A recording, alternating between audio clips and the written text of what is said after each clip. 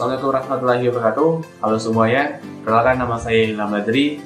Video kali ini bertujuan untuk memenuhi tugas akhir semester mata kuliah konseling individual, yang dimana ada 3 materi, yaitu yang pertama client acceptance, yang kedua keterampilan merespon, yang ketiga itu adalah keterampilan bertanya.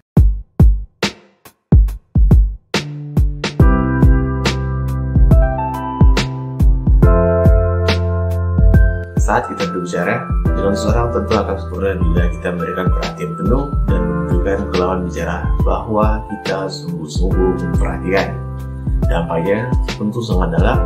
Lawan bicara akan merasa dihargai, diperhatikan, dipedulikan, dan dipahami, yang konsekuensinya merasa akan lebih tertarik dengan pembicaraan kita, bahkan mulai percaya.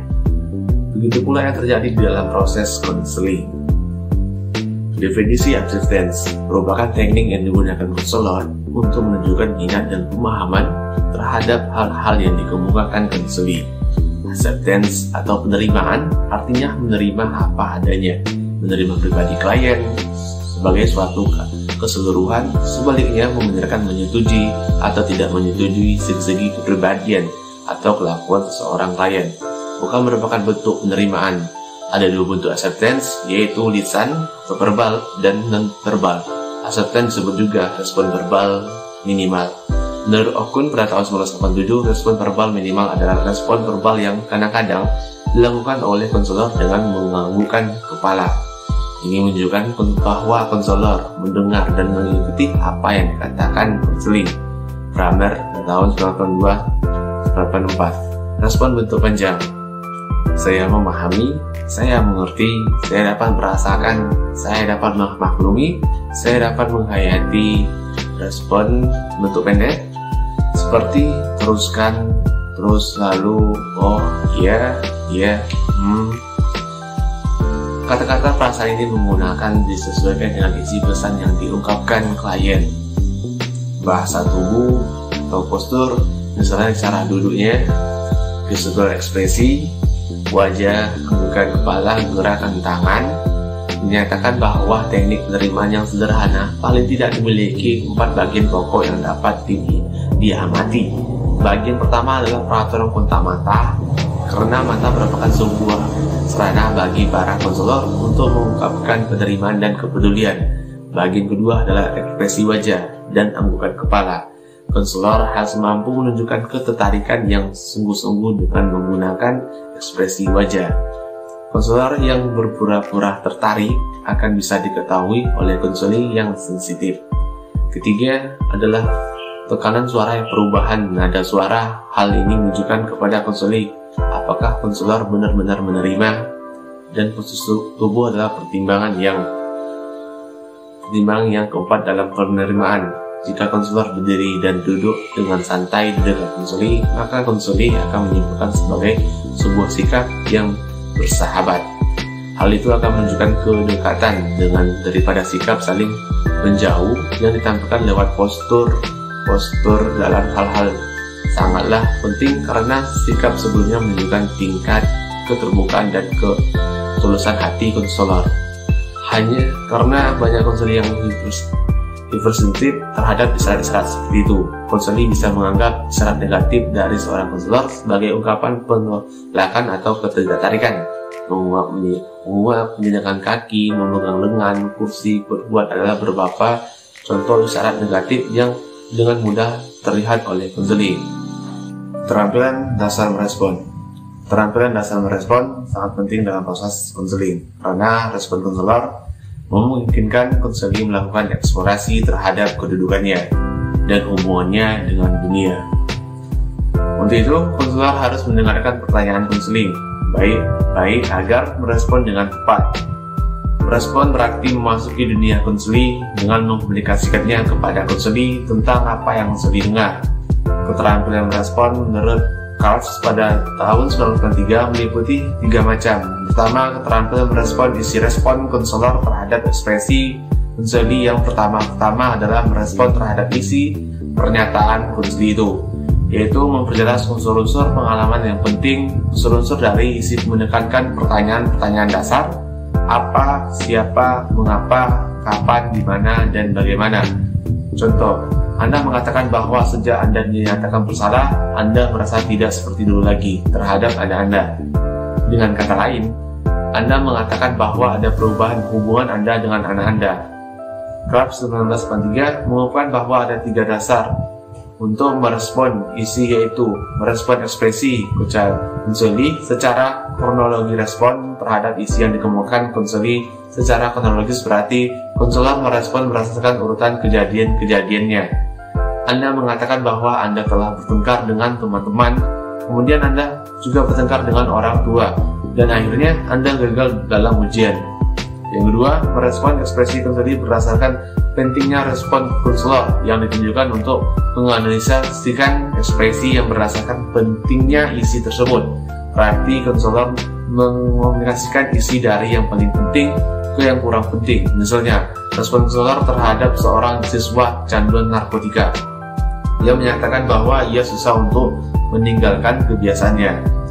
Menggunakan narkotika yang menyebabkan keluarga berantakan, dan karena ia malas bekerja, ia dikeluarkan dari pekerjaannya. Jadi, respon yang konselor dapat berikan adalah Anda mengatakan bahwa Anda mempunyai masalah kecanduan narkotika. Kecanduan itu berpengaruh terhadap keluarga Anda dan juga berpengaruh pada pekerjaan Anda. Hilangkan pesan penilaian penggunaan tingkatkan pengalaman Anda nilai akan membantu kami untuk menyarankan dokumen terkait yang lebih baik kepada semua pembaca. Yang ketiga, yaitu merespon ekspresi konsoli. Berdasarkan hubungan sebab akibat ini berarti bahwa mengidentifikasi tentang bagaimana suatu kejadian atau tindakan menghasilkan terjadinya kejadian atau tindakan lainnya. Misalnya, konselor merespon terhadap ekspresi seorang suami yang rumah tangganya bermasalah karena kegagalan usahanya, dan kegagalan usahanya itu berakibatkan tidak harmonisnya kehidupan pernikahannya. Dalam hal ini, respon konselor dapat dinyatakan sebagai berikut. Anda mengatakan bahwa Anda gagal dalam bisnis. Kegagalan bisnis Anda itu menyebabkan berbagai masalah dalam pernikahan Anda. Yang kedua, keterampilan merespon. Perasaan merespon, perasaan adalah perasaan terampil yang penting dalam memberi bantuan, karena perasaan merefleksi pengalaman tentang diri klien sendiri terhadap dunia mereka. Seperti halnya konselor tunjukkan dalam empatinya terhadap konsoli melalui respon isi, konselor dapat pula menunjukkan pemahamannya terhadap pengalaman-pengalaman konsoli dengan merespon pada perasaan yang ia ekspresikan. Menurut Kraft pada tahun 1983, respon perasaan meliputi mengajukan pertanyaan empati sebelum merespon perasaan konsoli. Konselor harus melakukan beberapa hal. Pertama, konselor harus mengobservasi tingkah lakunya. Terutama, konselor harus memperhatikan postur konsoli dan ekspresi wajahnya. Kedua, konselor harus mendengarkan secara hati-hati pada kata-kata konsoli. Jika konselor mendengarkan kata-kata konsoli, konselor harus meringkas apa yang telah dilihat dan didengar yang menandakan perasaan konsoli. Yang kedua, menjawab pertanyaan empati. Sekarang konselor dapat mencoba memahami perasaan yang diekspresikan oleh konsoli. Dan di akhir, konselor harus bisa memahami perasaan yang diekspresikan oleh klien. Contohnya, misal, kecuali menceritakan perasaan yang sedang menderita, ia murung karena hubungan dengan teman-temannya tidak baik. Dalam ungkapan konsoli tersebut di atas, isyarat utama perasaan konsoli adalah ia berkata bahwa ia merasa menderita.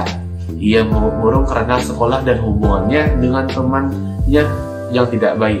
Ia juga merasa kacau jika konselor berada di posisinya. Konselor mungkin merasa sangat sedih setelah konselor mendengarkan pertanyaan konsoli dengan cermat.